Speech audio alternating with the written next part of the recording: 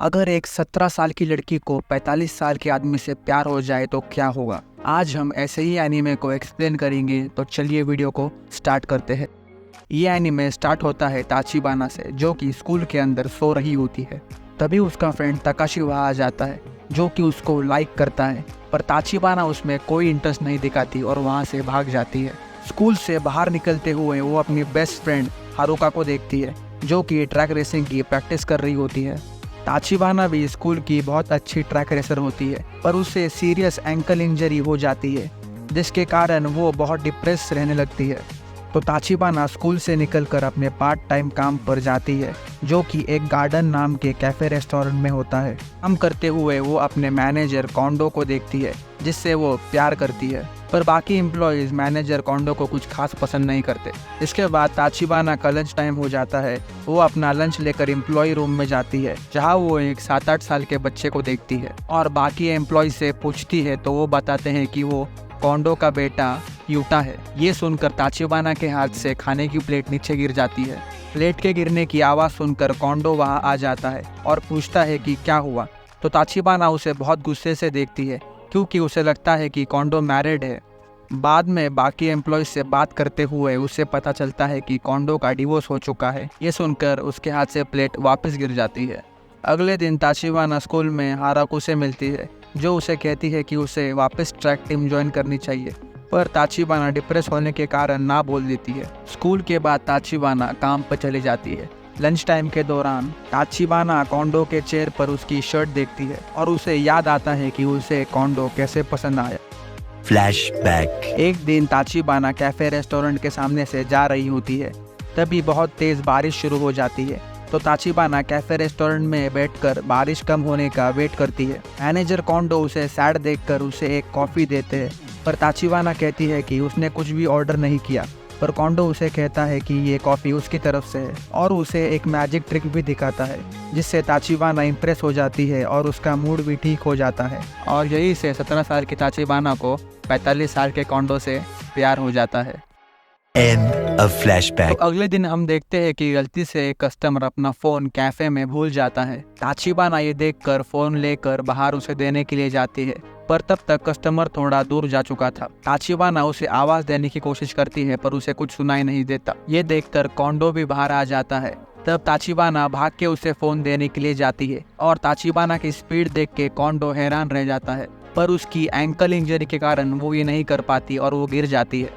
ये देख के कोंडो उसे अपनी कार से हॉस्पिटल ले जाता है। हॉस्पिटल जाकर डॉक्टर उसे देखकर कहते हैं कि ये इतनी सीरियस इंजरी नहीं है, बस उसे अपना ध्यान रखना है। अगले दिन ताचिबाना सुबह जल्दी उठकर कुछ सामान लेने के लिए बाहर जाती है। तभी उसे बाहर कोंडो दिखता है, जो उससे मिलने के लिए आया होता है। दोनों एक कैफ़े रेस्टोरेंट में जाते हैं। कोंडो उसके पैर के बारे में उससे पूछता है और उसे कहता है कि जहाँ वो रहती है वो एरिया इतना डेवलप्ड है और उसके घर के पास इतनी जॉब अपॉर्चुनिटीज भी है, फिर भी वो इतना दूर आके कैफ़े रेस्टोरेंट में काम क्यों करती है। इसी बीच ताचिबाना कोंडो से कहती है कि वो उसे लाइक करती है, पर कोंडो इसका मतलब कुछ और ही समझ लेता है। वो ताचिबाना से कहता है कि उसे लगा था कि सबको वो पसंद नहीं। कोंडो खुश होकर उसे थैंक्स कहता है और ऑर्डर देने के लिए वेटर को बुलाता है। अगले दिन ताचिबाना सुबह उठ जाती है और सोचती है कि कोंडो ने उसे थैंक्स क्यों बोला।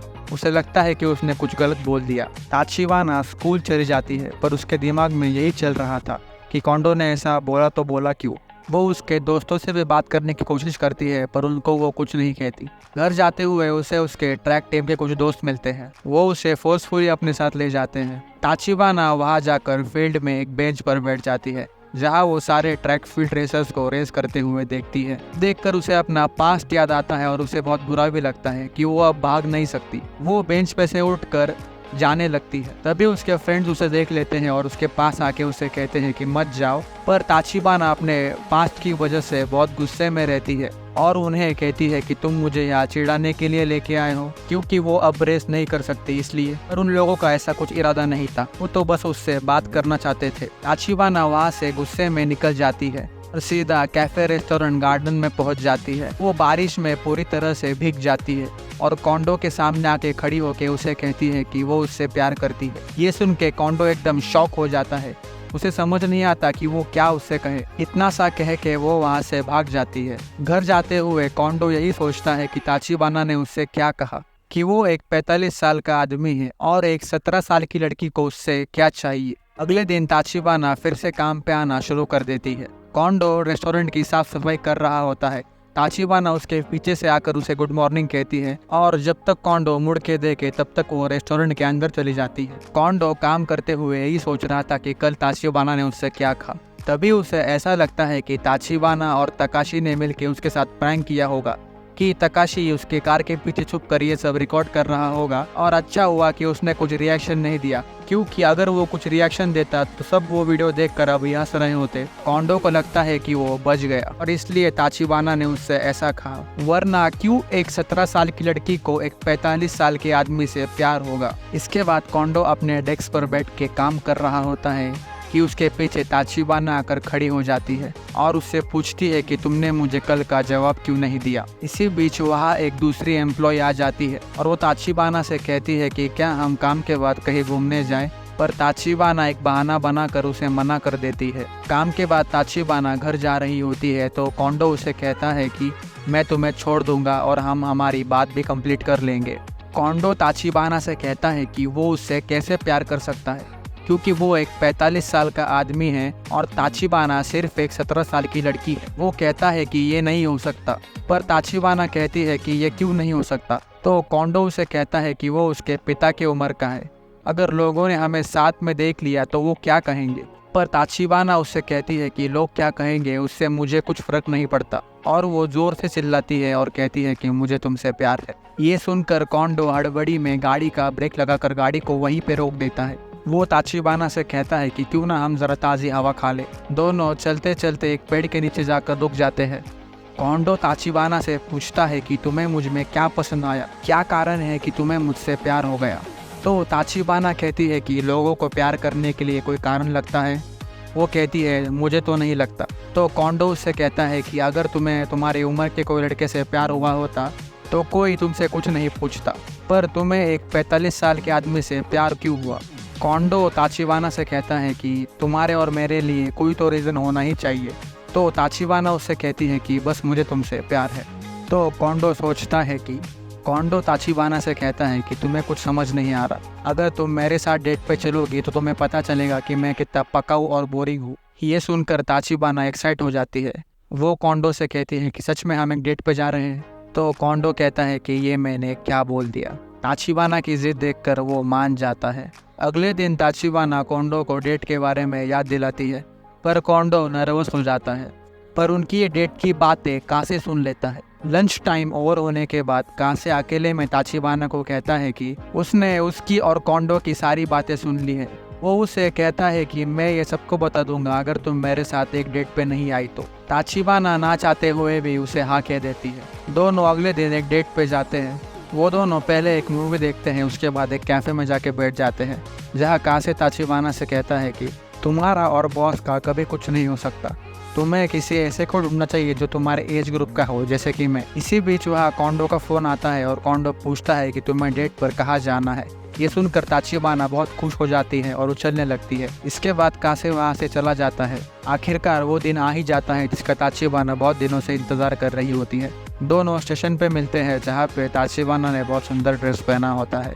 दोनों पहले मूवी देखते हैं और फिर कैफ़े में जाते हैं। वहाँ बात करते करते कोंडो को उसका स्कूल टाइम याद आता है, कैसे वो लड़कियों को डेट किया करता था वगैरह वगैरह। पर बाद में वो सोचता है कि उसका वो टाइम अब ख़त्म हो चुका है। वो एक 45 साल का आदमी हो चुका है और वो अब ये सब नहीं कर सकता।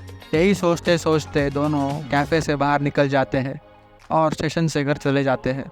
अगले दिन काम पे ताचिबाना की शिफ्ट खत्म होने के बाद उसे यूटा दिखता है। यूटा ने एक छोटा सा पेट माउस लिया होता है, पर यूटा की माँ उस माउस को घर में नहीं लेती। तो वो उसके पापा को ढूंढते हुए रेस्टोरेंट में आ जाता है, पर उसे उसके पापा तो नहीं मिलते।